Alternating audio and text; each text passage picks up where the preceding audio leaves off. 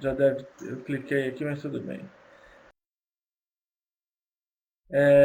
Veja bem, então, primeiro, obrigado pelo convite. Eu realmente estou conhecendo o curso de vocês apenas esse ano. Eu desculpo o pessoal, eu coloquei apenas ciência da computação aí no slide, mas eu entendi que tem outros alunos, né, de outros cursos, né, mas não, absolutamente não é restritivo o que eu vou comentar aqui, pelo contrário. De uma certa maneira, eu coloquei um slide aqui só para lembrar que atualmente o que a tecnologia nos forneceu do ponto de vista de entretenimento é bastante considerável. Se pegar o pessoal que tem 20 anos de idade, por exemplo, eu tenho 22, né? Então, muita revolução, mentira, né? Tenho mais do que 22, mas muita coisa aconteceu e a tecnologia está presente no nosso dia a dia de uma maneira bem forte, né? E isso acaba fazendo com que a gente leve essa presença de tecnologia para o mundo da saúde, para o trabalho na saúde. Então, eu coloquei esse slide aqui para falar da prática digital em saúde, que é um conceito que o Daniel discute bastante, o professor Daniel Seguren, professor já aposentado no departamento aqui na Federal de São Paulo, mas que é um dos, assim como o professor Sabatini, o professor outros professores que montaram, inclusive, a área de informática no Brasil, de informática em saúde, coloca o seguinte, que é uma área que é formada pelo conjunto de técnicas, práticas, atitudes, modos de pensar e novos valores que se desenvolvem em consequência de um crescimento do espaço digital. É uma exigência, na verdade, da atual sociedade do conhecimento. Eu gosto de colocar essa frase porque, na verdade, as pessoas, por vezes, pensam que é a introdução do computador na prática clínica, mas é muito mais do que colocação de equipamentos, né? Mudança de hábitos e processos, né? Na área da saúde. Esse outro slide é só para comentar rapidamente que tem grandes áreas, né? Tem uma área aqui do registro eletrônico.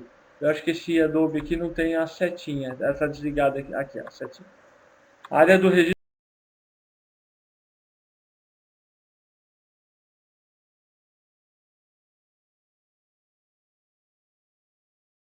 dos dados de maneira eletrônica, sistemas de apoio à decisão que podem ser acoplados a esses registros, protocolos eletrônicos, guidelines, né, com diretrizes para melhor prática na saúde.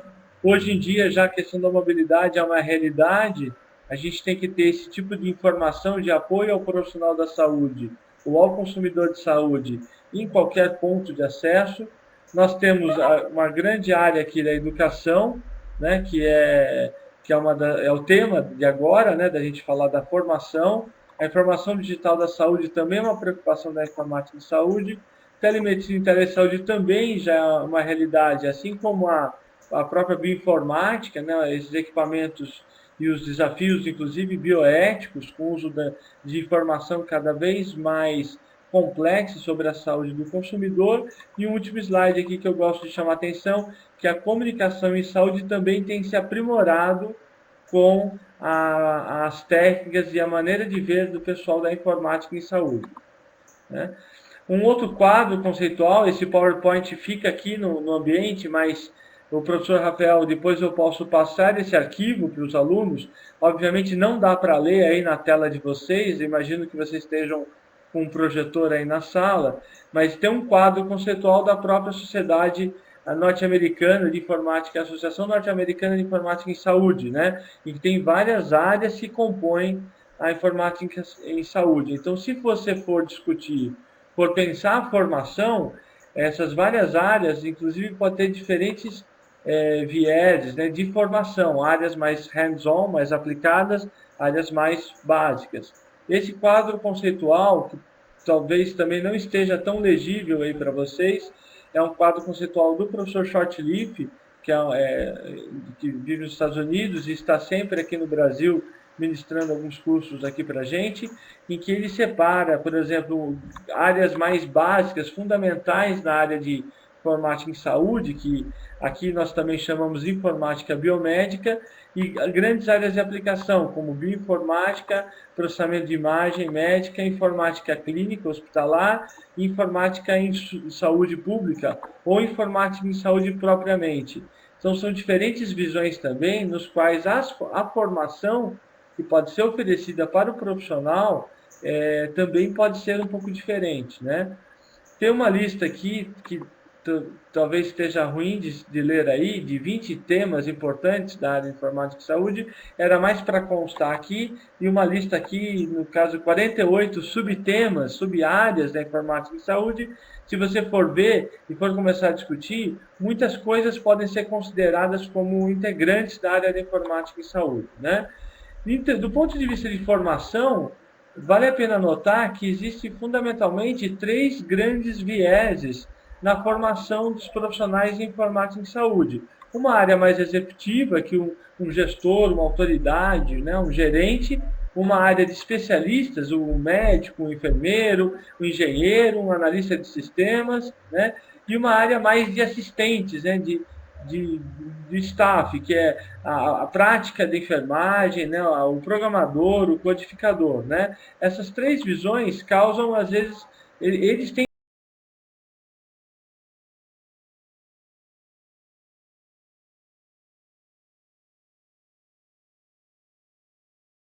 de recursos financeiros, da onde vem o dinheiro para pagar as atividades, né? Qual é a demanda que tem que ser atendida, quais são os custos médicos. No caso, os especialistas, um médico, uma enfermeira, já quer dissecar o paciente, o consumidor de saúde, entender aspectos da sua saúde, da assistência, medicação. E, por fim, o pessoal de staff, né, está preocupado, né, em manter softwares, equipamentos, né, o registro dessa informação. Então, a formação desse profissional, ela é difícil você ter uma única formação que atenda todos esses escopos, né? Normalmente, as pessoas têm interesses distintos e aí a formação tem que focar nesses diferentes interesses, né? Mas, de qualquer maneira, por que a gente discute isso em congressos, aqui a seu convite, né? E a gente está sempre discutindo isso nas reuniões. A SBIS mesmo já montou workshop para discutir a formação, né? Eu lembro bem, em São Paulo, a gente lá, porque mesmo que, pensando do ponto de vista fundamental da área, nós temos, grosso modo, informação clínica, informação de gerenciamento do serviço de saúde ou da entidade, e informação do ponto de vista epidemiológico, né, de saúde pública ou de grandes ações populacionais, né? Mas tudo isso, na verdade, vem de uma única informação que tem diferentes visões, né? Então, a gente acaba discutindo porque um tipo de visão acaba influenciando. Então, mesmo que a formação seja específica para o objetivo, né, daquele profissional, como ele vai atuar, né, se é mais do ponto de vista clínico, se é mais do ponto de vista de gestão da informação, é importante ele ter uma visão ampla, porque a origem da informação é uma só, é o circuito da atenção à saúde do nosso consumidor, né? Então, já quase finalizando aqui, o professor Sabatini vai provavelmente enumerar alguns outros cursos que tem disponível. Então, eu separei aqui uma listinha que talvez esteja incompleta, mas nós temos, por exemplo, no nível de graduação, temos informática biomédica na USP de Ribeirão, temos um curso também que nasceu ao mesmo tempo que o curso da Unifesp, que é a informática biomédica na Federal do Paraná. No caso de Ribeirão, foi um curso montado com Faculdade de Medicina e Faculdade de Ciências e Letras, Departamento de Física, né? Eu estava lá na época, colaborei com a formação, e é um curso bem mesclado, né, entre saúde e computação e discussão sobre a informação. No caso do segundo curso, que vem do Federal do Paraná, ele emergiu das atividades de um departamento de computação, de imagem. Então, é bastante focado nesse aspecto. No nosso caso, nós temos também aqui em São Paulo, na Federal, um curso superior tecnólogo em informática em saúde, que é um curso que normalmente o tecnólogo é de 2 a 3 anos, nós temos um curso de 4 anos, então fora da moda, vamos dizer, e que também tem, ele não forma um super técnico, ele forma, na verdade, uma pessoa mais voltada para o ambiente hospitalar, né? Então, eu coloquei mais alguns cursos, porque a gente encontra temas de informática em saúde no curso de medicina daqui de São Paulo, no curso de Ribeirão, no curso da Magdala, né?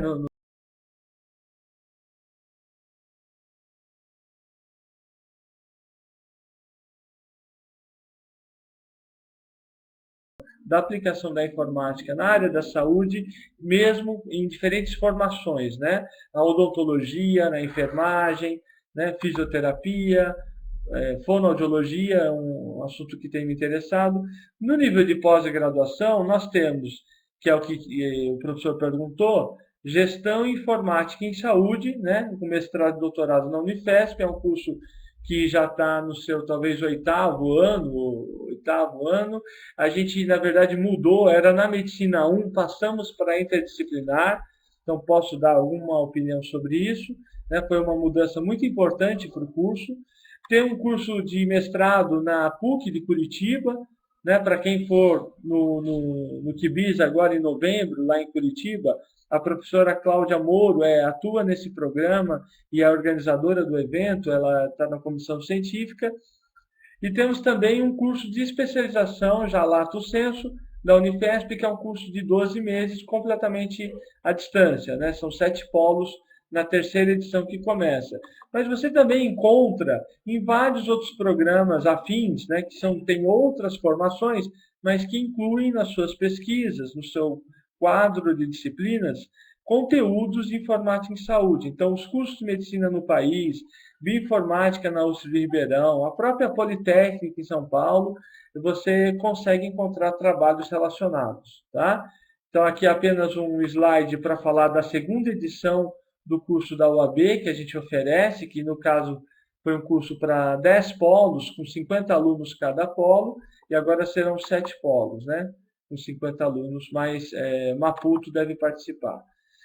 Por fim, a formação vale a pena acompanhar as atividades da SBIS, da Sociedade Brasileira. O professor Renato Sabatini é o diretor da área de educação, está sempre postando, buscando, oferecendo cursos pela EduMed e também mapeando esses cursos, vamos dizer assim, mais curtos e rápidos, que são muito importantes para a formação do profissional.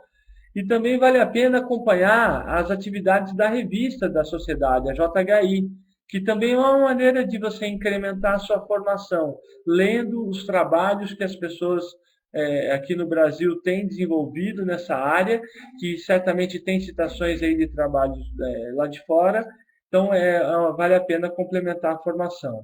Tá? Então, o que eu queria terminar dizendo que a formação ajuda a gente a enxergar mais longe, né? Você pode fazer muita coisa usando sua criatividade, estudando seus métodos, mas à medida que você toma contato com outros grupos, né, e formação, seguindo estudos formais, seja ele mais denso, como um bacharelado, ou cursos menores, rápidos, com focos bem específicos, isso é que faz com que você consiga atuar de uma maneira eficiente na área de informática e saúde. E ela é uma área em que a gente tem, eu sou formado em matemática, temos pessoas da computação, temos dentistas, fonoaudiólogos, médicos, enfermeiros, né, até arquiteto eu já vi trabalhando na área, né, economistas, então é uma área que atrai diferentes visões e formações para ajudar a atividade de saúde, tá bom? Então era fundamentalmente...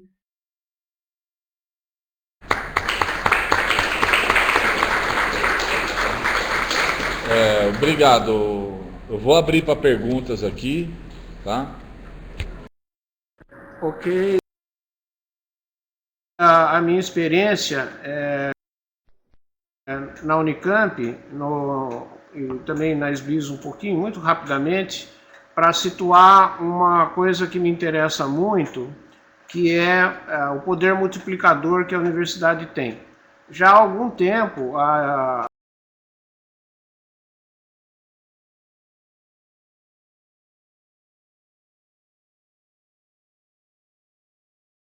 quer dizer, começou igual, né, o da Unifesp, mas depois a Unifesp conseguiu fazer um departamento universitário, o que nós não conseguimos fazer na Unicamp. O que foi uma coisa muito boa, né, porque o departamento dificilmente pode ser extinto, e o meu núcleo acabou sendo extinto quando eu me aposentei. Então, a decisão fundamental aqui foi a criação de um núcleo interdisciplinar de ensino e pesquisa de informática biomédica, não ligado à faculdade de medicina, como é o caso que foi da Unifesp e de muitos outros núcleos, mas ligado diretamente à reitoria da universidade. Isso foi feito em julho de 83 e foi um dos 5 primeiros grupos acadêmicos no Brasil. Tá? Os outros foram no Hospital Universitário do Fundão, no INCOR, da USP, na Faculdade de Medicina do Rio Grande do Sul, na Faculdade de Medicina da USP e na Unicamp.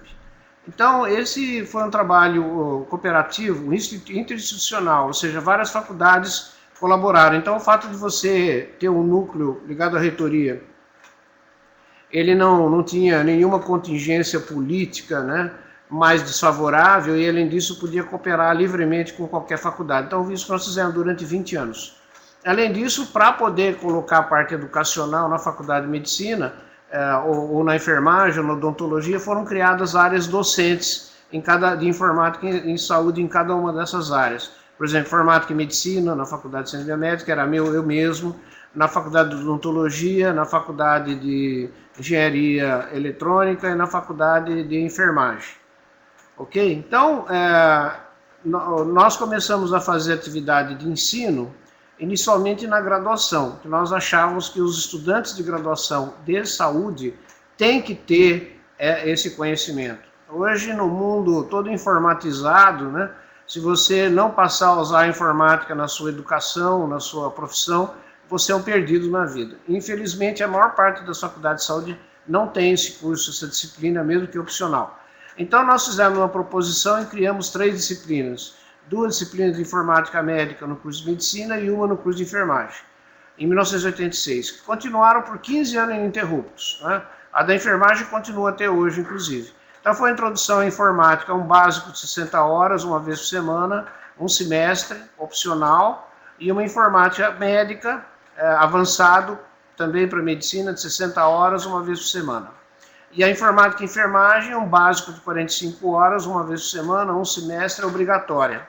Tá? E continua sendo assim até hoje. Né? A medicina não tem mais a introdução à informática básica, porque não precisa mais, né? A meninada já chega sabendo. No meu tempo a gente tinha que ensinar Word, sistema operacional, esse tipo de coisa. Hoje não precisa mais. Então nós temos a disciplina só de aplicação.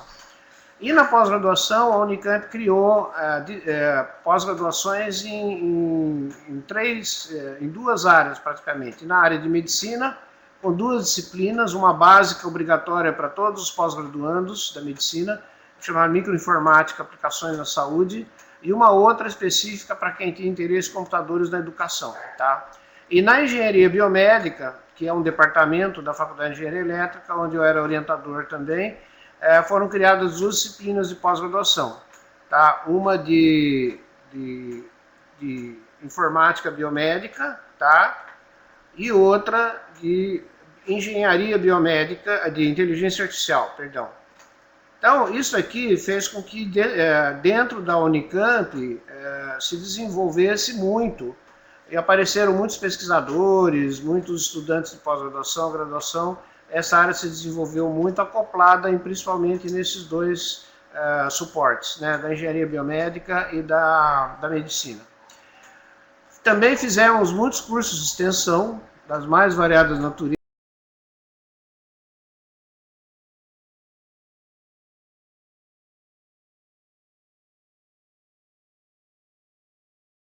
Fizemos eventos e cursos sempre muito nessas 2 áreas, para justamente atingir aqueles que ainda não tinham no curso de graduação.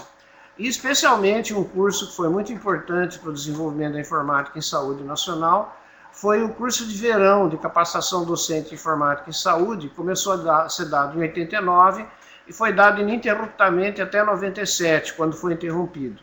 sempre em janeiro, 13 dias de duração de dedicação integral em um hotel, voltado a professores de faculdades de ciências da saúde que desejam introduzir, então, as disciplinas de graduação, pós-graduação de informática, de tecnologia de informação e comunicação nas respectivas áreas. Nós formamos quase que 200 professores e cerca de 20 núcleos foram criados no Brasil todo, né? Então, isso foi um alavancamento extremamente importante. Esse curso era da Unicamp. Agora ele vai passar a ser repetido, a boa notícia é que ele vai passar a ser repetido pelo Instituto EduMed em cooperação com a Unicamp e com a SBIS, a partir de fevereiro de 2013. Né? Finalzinho de janeiro estaremos dando mais uma vez esse curso aqui, só que agora é 6 dias de duração, porque uma parte vai ser feita à distância. Tá?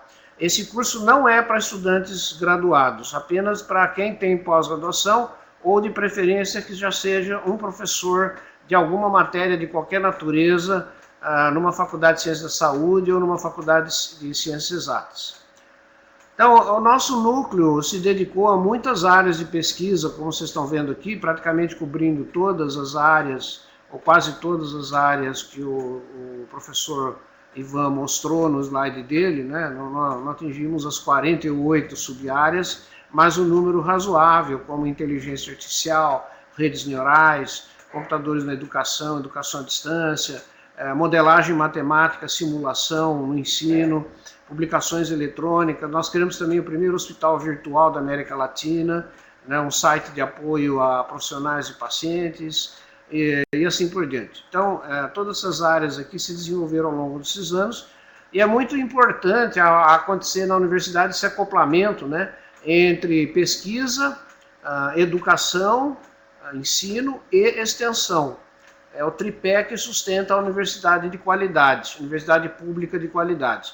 Então, para que se desenvolva a área na sua universidade de Mato Grosso, vocês vão ter que criar isso também, criar linhas de pesquisa, ter professores especializados com doutorado, mestrado, especializados nessa área, servindo como orientadores, como pesquisadores, e também criar uma porção de cursos em nível de graduação, pós-graduação e extensão, ok? Então, algumas lições aprendidas, esse é o último slide que eu gostaria de falar, é que esse modelo de um núcleo, ou centro interdisciplinar, é um dos modelos mais interessantes de implantação e fortalecimento da informática biomédica no ambiente acadêmico, né? Justamente porque dá maior liberdade orçamentária e política, principalmente. Eu respondia diretamente ao reitor, né? Não tinha nenhum colegiado ou diretor intermediário. Você precisa, porém, estabelecer vínculos com as universidades disciplinares para poder fazer educação com certificação e sempre havendo uma grande participação, desde o começo, nas associações devotadas à área, que são a Sociedade Brasileira de Computação, que tem um grupo de informática médica, na Sociedade Brasileira de Engenharia Biomédica, que é bem antiga e tem também muita atividade de informática em saúde, na própria Sociedade Brasileira de Informática em Saúde e no Conselho Brasileiro de Telemedicina e Telesaúde. Tá? Então, desde o começo, esses grupos, como o do professor Daniel Sigulen, o meu grupo e de outras universidades, participaram na construção dessa sociedade, do planejamento, do desenvolvimento e do fomento à informática em saúde no Brasil, e podemos dizer que 25 anos depois, que começou isso em 86, né, tivemos um sucesso bastante razoável. E agora a questão é a gente disseminar isso cada vez mais. Então, os cursos da UAB são extremamente importantes, uma ótima notícia que eles voltaram a ser oferecidos. Os cursos que o Instituto EduMed, a SBIS e a SBIS, principalmente na diretoria de educação, dá para formar a gente. E nós estamos especialmente interessados em ajudar grupos como o do professor Rafael Alberto Vidal Pinto, que com muita coragem, muita determinação, está decidido a levar essa área aí para o campus de vocês, beneficiando e fazendo um trabalho interdisciplinar entre os estudantes e os professores das várias áreas disciplinares, computação, matemática,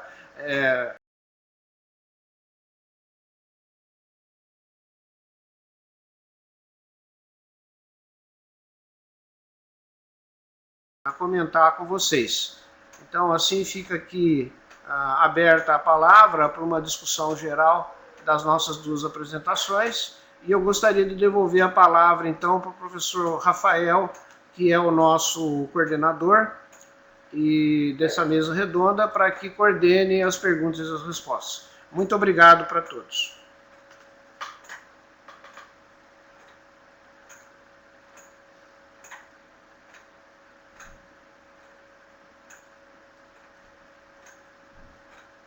Rafael, recebeu? Pode bater palma agora.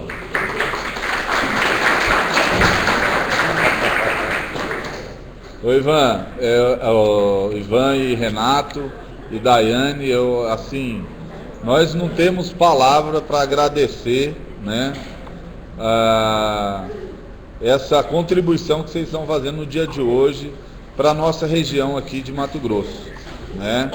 Hoje nós estamos tendo acesso a uma informação que vocês aí de uma região, né, de grande centro estão tendo acesso. Sendo assim, Renato, eu tenho algumas dúvidas dos nossos alunos. Eu posso colocar via chat para ficar menos interferência? Não, pode falar que a voz está super boa. Legal, então. Eu vou fazer as perguntas e eu deixo aberto, tanto para você, quanto para o Renato, quanto para a Daiane, ok? Pode ser? Ok. Tá. Tem uma pergunta aqui de um aluno de computação, Matias Montelli. Ele fala o seguinte: os hospitais estão aceitando facilmente esse modelo de formulário?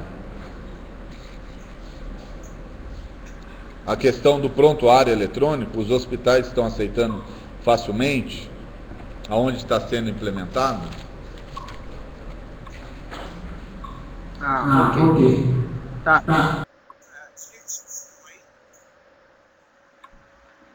Ok.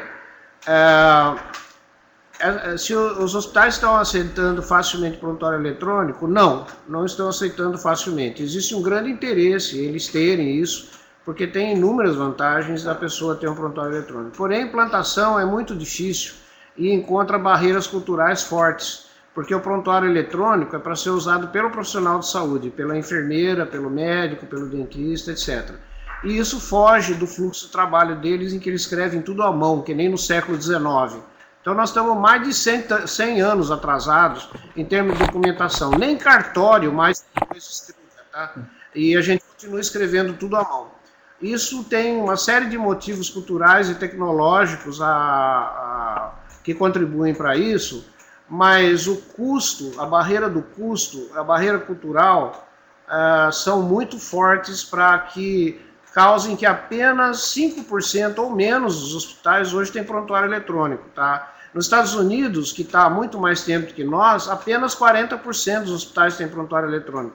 Quer dizer, mesmo num país onde é obrigatório ter prontuário eletrônico para ser certificado, para ser credenciado pelas organizações nacionais de acreditação, eles não têm. Agora o governo americano está pagando $44 mil por médico em cada hospital para eles adotarem o prontuário.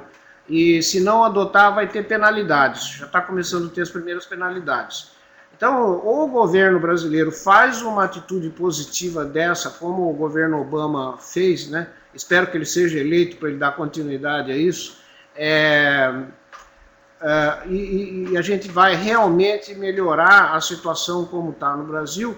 E eu acho que vocês, jovens, são muito importantes para fazer uma mudança cultural quando vocês entrarem nos seus hospitais, quando forem trabalhar nos hospitais, também quando o pessoal de informática for trabalhar.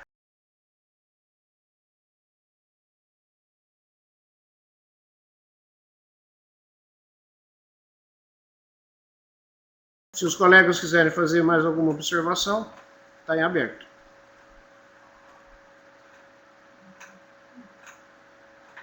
Ivan, quer falar alguma coisa? Eu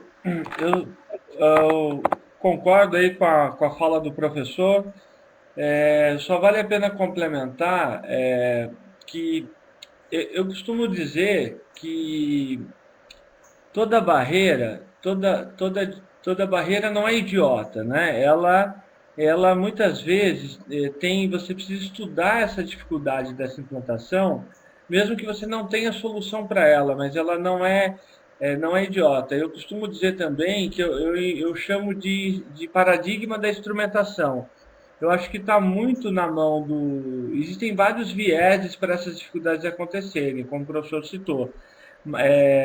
A decisão top-down, né, dos gestores, a visão, mas existe também uma dificuldade porque como o aluno que perguntou é da computação, uma dificuldade da formação em computação e entender o negócio saúde, que é um pouco diferente do negócio bancário, o negócio engenharia, o negócio indústria, o negócio comércio.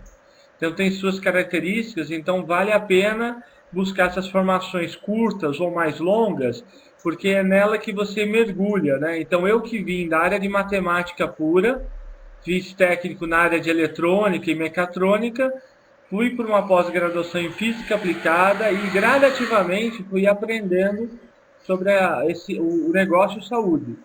Então, porque essas barreiras, elas não têm a ver com questões técnicas. A técnica, a computação, padrões, existem mais do que suficientes para grandes implementações. Tá? Então, não é um problema técnico, é um problema político, de processo, orçamentário, de implantação, cultural. Tá? Então, era esse comentário apenas que eu queria fazer. Professora Daiane, quer falar?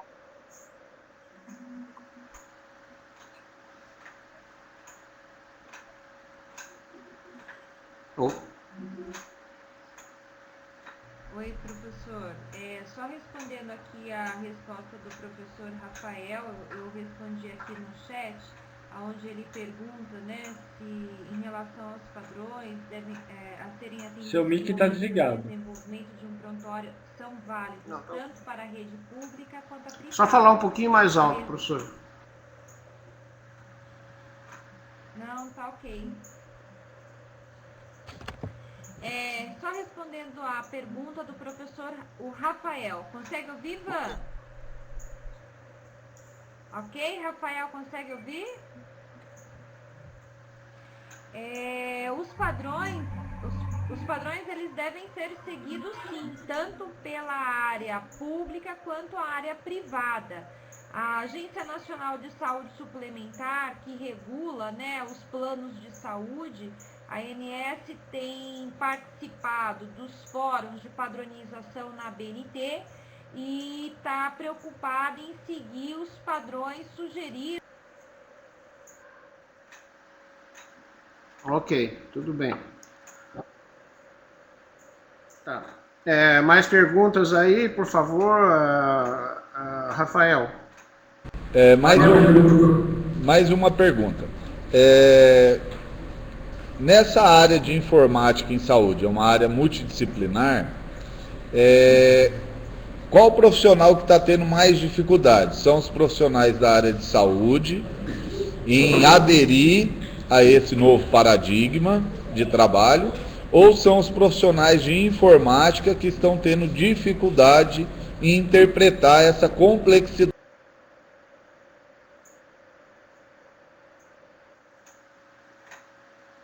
Quer responder, Ivan? Essa é uma pergunta muito boa. E a cada época em que ela foi feita, a resposta foi diferente. Né? Primeiro que só queria comentar que é engraçado, né? Eu tenho 42 anos, né? Então, se você pegar um jovem de 18 anos, 16 anos, e você for explicar que o mundo não tinha internet, ele não entende. Como assim não tinha internet? Assim como eu dizia assim, como assim não tinha televisão? Né?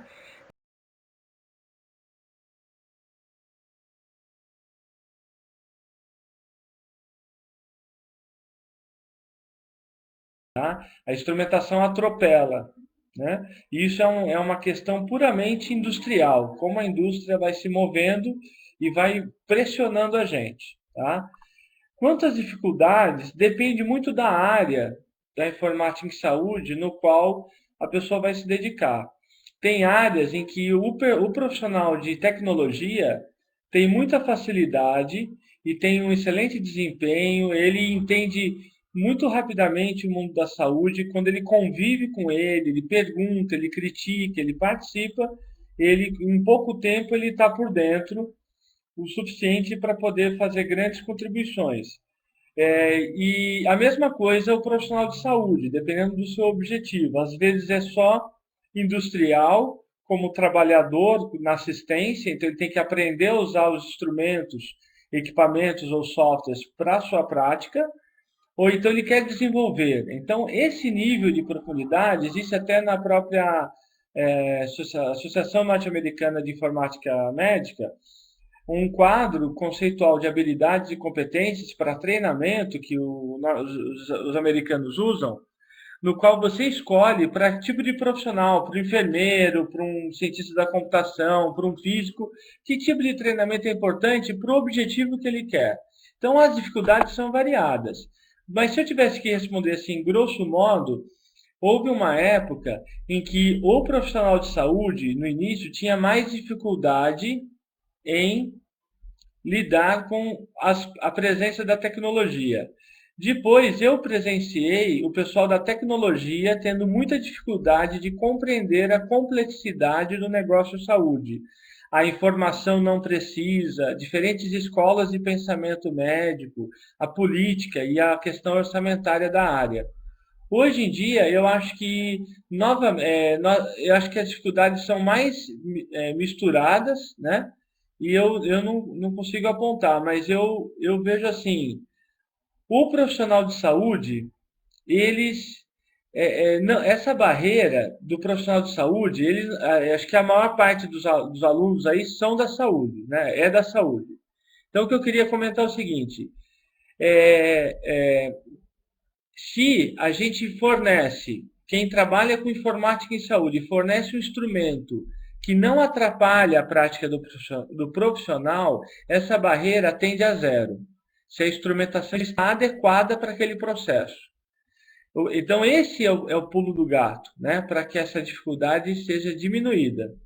Tá? Então, às vezes, os profissionais de tecnologia é que têm dificuldade, querem empurrar um tablet, querem empurrar um celular, querem empurrar uma rede sem fio, e, na verdade, tem que entender qual é o problema da saúde, para daí dizer qual é a tecnologia adequada.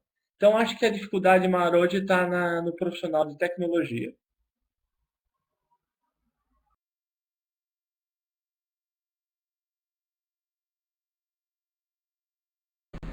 Valeu, obrigado.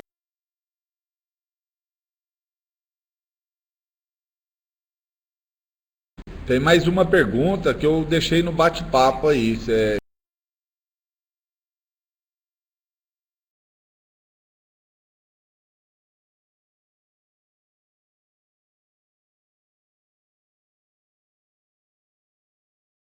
O Ivan falou que a SBIS se preocupa muito com essa questão e criou um programa multiprofissional de profissionalização informática em saúde chamado PROTIX, tá? Que inclusive vai conceder um certificado de capacitação profissional, certificado profissional de informática em saúde, e a primeira prova vai ser agora em novembro, dia 20, em Curitiba. Para os profissionais que são da área, que vêm de distintas origens, mas todos convergiram para a mesma área, tá? Então, só lembrando que a gente seguiu o modelo canadense, muito semelhante ao americano, que para cada tipo de profissional tem um perfil adequado a ele, tá? Eu vim da área de saúde, a Daiane e o Ivan vieram da área de exatas, então nós três trabalhamos na mesma área, sabemos as mesmas coisas, né? E atuamos de forma muitas vezes conjunta. Então, não existe pecado de origem, que venham onde vocês fizeram, alguns vão ter mais dificuldade, outros vão ter menos, mas é preciso lembrar que o profissional de informática de saúde ele é interdisciplinar, ele tem que conhecer bem as duas áreas, certo? E isso só é o tempo que vai determinar, não é um frangote recém-fraído, né? Desculpe a expressão, mas um frangote recém-saído da faculdade que vai conseguir fazer isso. Ele tem que fazer um curso de especialização, ele tem que se formar no trabalho de alguma forma, demora um certo tempo, ok? Bom, com relação à pergunta aqui, o Rafael colocou a pergunta que para a telesaúde, nós podemos acreditar que num futuro muito próximo, médicos especialistas que estão em outras cidades, como os grandes centros, poderão dar diagnóstico e receitar uma terapia melhor a pacientes que estão em cidade do interior que não contam com médico especialista. Isso não é um futuro muito próximo, isso aí já é o presente, tá? O governo tem 2 grandes projetos, a RUT, a Rede Universitária de Telemedicina, e a Telesaúde Brasil, que é a rede de telesaúde na atenção primária, dos quais, inclusive, a Unifesp participa dos 2 de forma muito ativa, né? O professor Paulo Lopes, o próprio professor Ivan participam disso, eu também participo, que já está levando o expertise, o conhecimento médico especializado para cidades do interior. Hoje nós temos 900 cidades do interior que têm salas de videoconferência e de telemedicina que podem receber das capitais, dos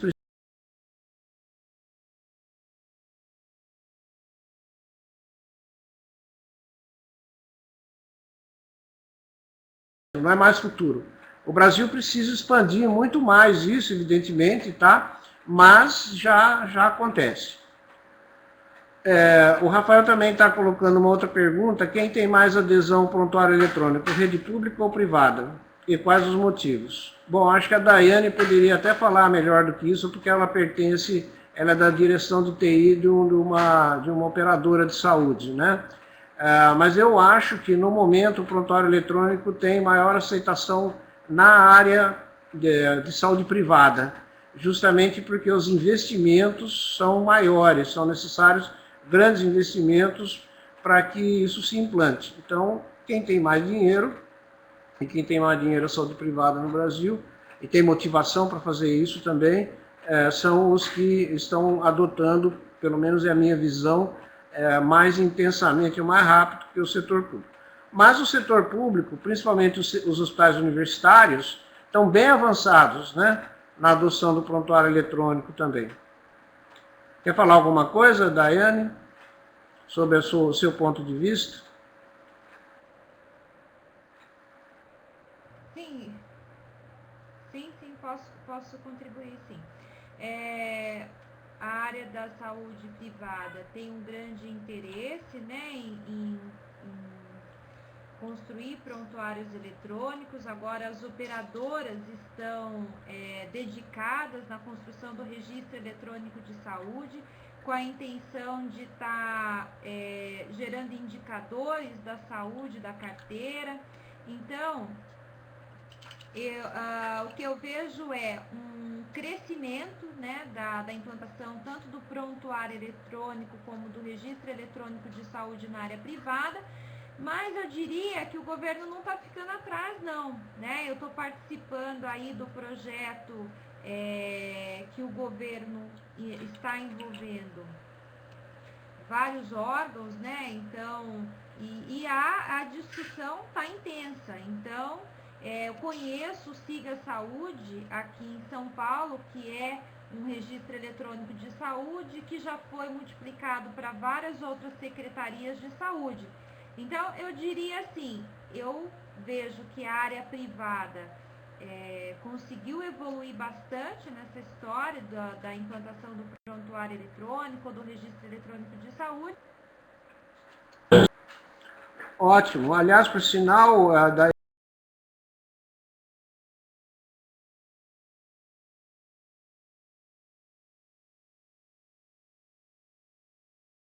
então, eles estão a par aí desse desenvolvimento na área de saúde pública no município de São Paulo. O Ivan quer falar alguma coisa sobre o seu trabalho sobre patologia, Ivan? Você tem trabalhado, acompanhado? Pode falar.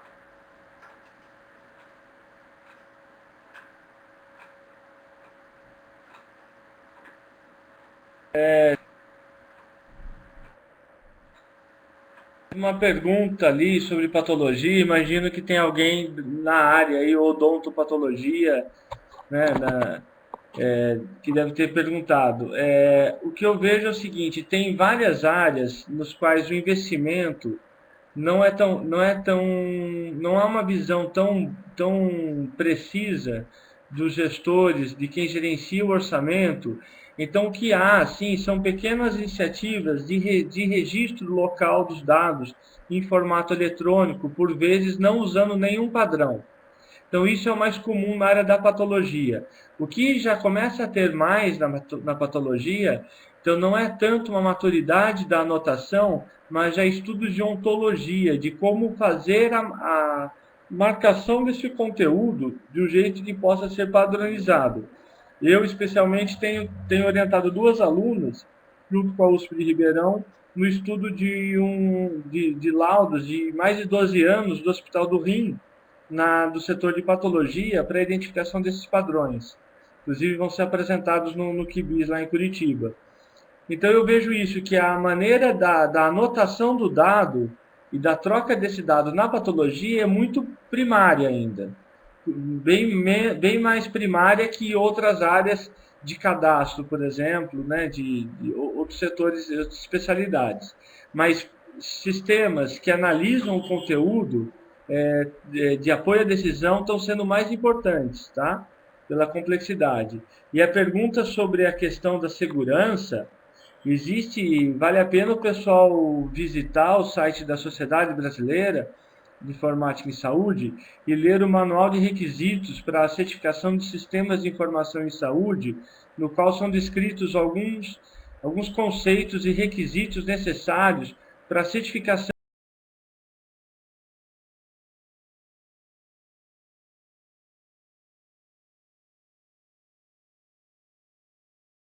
de um convênio com o Conselho Federal de Medicina, mais de 50, 60 sistemas que têm autodeclaração, que é a fase 1, a fase 2, onde há uma auditoria, então temos 11 sistemas certificados, e aí olha-se bastante a questão da segurança, e a fase 3 não se iniciou ainda, quando se avalia aquele sistema já certificado, implantado numa determinada localidade, num hospital, o uso de fato daquele sistema como políticas de troca de uso. Então, há uma padronização e vale a pena ressaltar, o professor Sabatini acompanhou isso até melhor que eu, que quando foi feito a solicitação do Conselho Federal de Medicina para estabelecer um padrão de segurança para esses sistemas aqui no país, foi aberta uma licitação, inclusive internacional, e não houve manifestação da comunidade, dos colegas estrangeiros, para desenvolver esse modelo. Então, a sociedade brasileira, com muita garra e esforço, aceitou o desafio, e esse processo já tem vários anos, já passou da sua metade em termos de evolução, e ele tem se mostrado assim, tem sido observado por outros países como um modelo bastante interessante para a certificação de segurança. Ele não é uma legislação, não é legislação, mas já ele consegue ofertar para juízes, né, que na ausência de legislação, tanto as normas do CFM quanto o modelo de segurança de informação que a sociedade preconiza é usado como um embasamento legal para apoio, tá? Então, há sim critérios para isso e vale a pena, inclusive profissionais da área de tecnologia têm feito cursos da sociedade para se tornar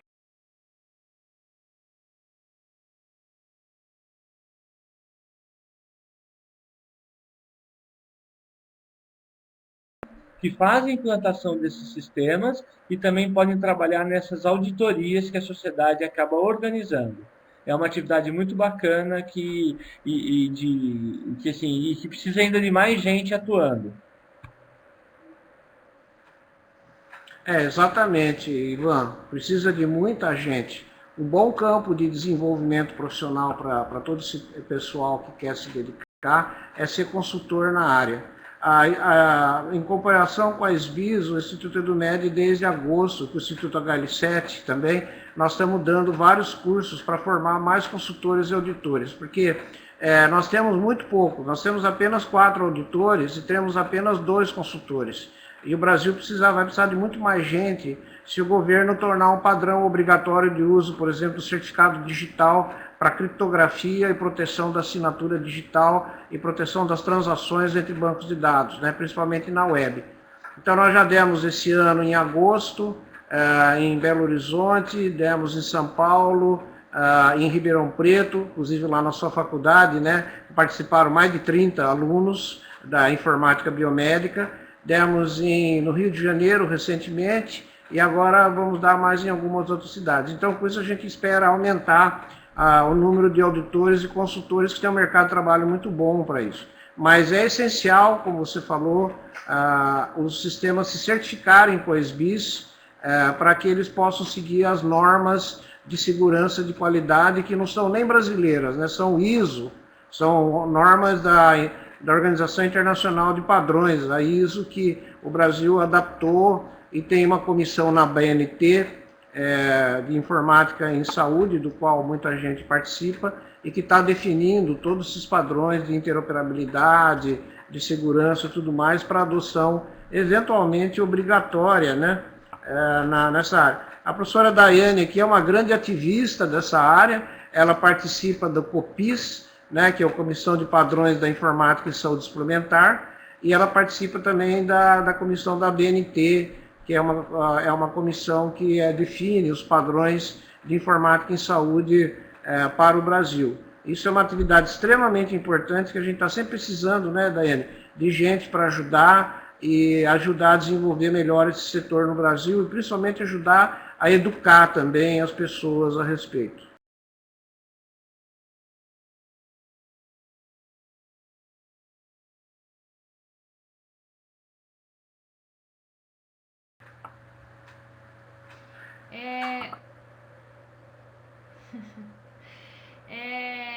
O Fórum da BNT é um fórum aberto. Eu quero aproveitar, né, que o professor Rafael tem interesse nesse assunto, mais os alunos que estão participando hoje.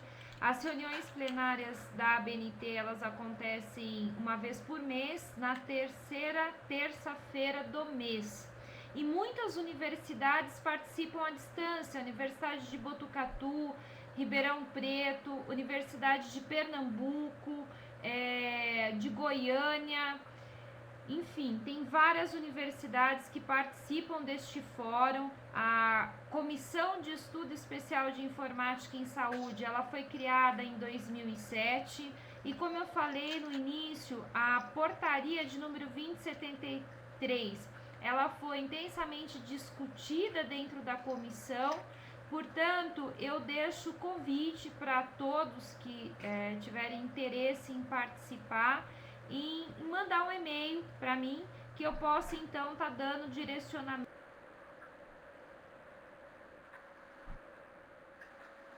Ok, coloca o seu e-mail aí no chat, por favor, Daiane, porque assim as pessoas que quiserem participar, conhecer melhor o trabalho, vão poder conhecer esse trabalho, que realmente é maravilhoso, é totalmente voluntário, não pago, né? Mas está servindo muito importante para o progresso da sociedade brasileira. Que as sociedades mais avançadas, pessoal, são as que mais usam padrões, né? Eu morei na Alemanha há 3 anos, e aquela sociedade ultra padronizada. Até brinquedo de criança, interruptor de parede, tudo que você imaginar na Alemanha é padronizado, né? E isso faz o progresso de uma nação, porque diminui os custos, conquista mercados, e nós estamos nesse caminho em muitas áreas da economia, felizmente. Ok, muito obrigado. Pessoal, mais alguma pergunta? Então, bacana, o horário eu acho que já estendeu bastante, né, Renato? Eu acho que deu para tirar bastante dúvida, contribuiu bastante com o evento, uma experiência assim que eu não sei nem explicar o tanto que está sendo gratificante, né? Queria agradecer muito a Daiane, agradecer muito aí o Ivan, agradecer demais você, Renato. Você é uma pessoa que eu tenho um contato aí há uns 3 anos, eu acho, né? E você, o Ivan, sempre me atenderam, me retornaram quando eu tive dúvidas. Eu só tenho a agradecer mesmo. Né? Vamos bater uma palma.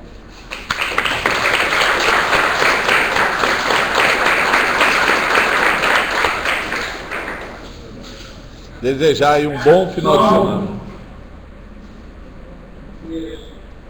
Parabéns a vocês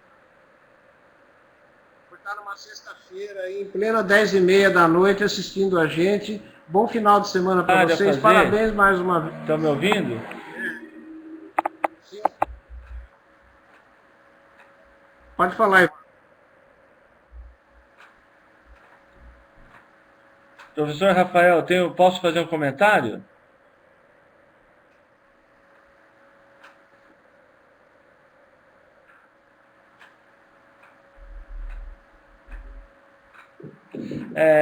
Não, acho que não sei se ele está ouvindo, mas tudo bem. Então, os